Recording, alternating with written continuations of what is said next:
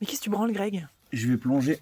Mais t'es au courant qu'on a un train pour Paris dans 2 heures? T'as fait ta valise au moins? Il n'avait pas fait sa valise, car il faisait un refus d'obstacle de fin de vacances. Il n'était pas prêt à remettre un pantalon, alors qu'il avait encore tellement de sable sur le fessard que même Jean-Louis Schlesser dans son buggy n'aurait pas tenté de franchir ces 2 dunes velues. Il n'était pas prêt, niveau bronzage, à vivre en 3 jours ce que Michael Jackson avait vécu en une vie. Il n'était pas prêt à passer de rosée piscine à rasé routine, de ligne de pêche à ligne 13, de lécher des glaces à lécher des bottes. Donc il vivait ses vacances jusqu'à la dernière goutte, comme on roule un tube de dentifrice pour en extraire un dernier brossage. Mais t'inquiète, j'ai un plan, on va pas le prendre ce train. Il n'avait pas de plan, mais comme chaque année à la fin de l'été, il explorait toutes les options qui lui permettraient de ne pas retourner au taf lundi. Gagner au loto, prendre le maquis, ouvrir une cabane à huîtres, tout plaquer et trouver une sugar mommy. Ou alors changer radicalement de mode de vie, décapsuler une 8-6, apprivoiser un furet, potasser un numéro de Diabolo, apprendre à faire des standards avec des canettes de Ginny, déménager à Rennes et devenir punk à chien. Malheureusement, il allait juste gratter frénétiquement 8 maxi-goals au tabac de la gare, 5 minutes avant de monter dans le train, tout penaud. Mais Greg, ton taf maintenant, c'est de dire des conneries dans un micro, hein. C'est fini les rétro-planning, les calls, les workshops. Ah oui, putain, c'est vrai, j'oublie à chaque fois.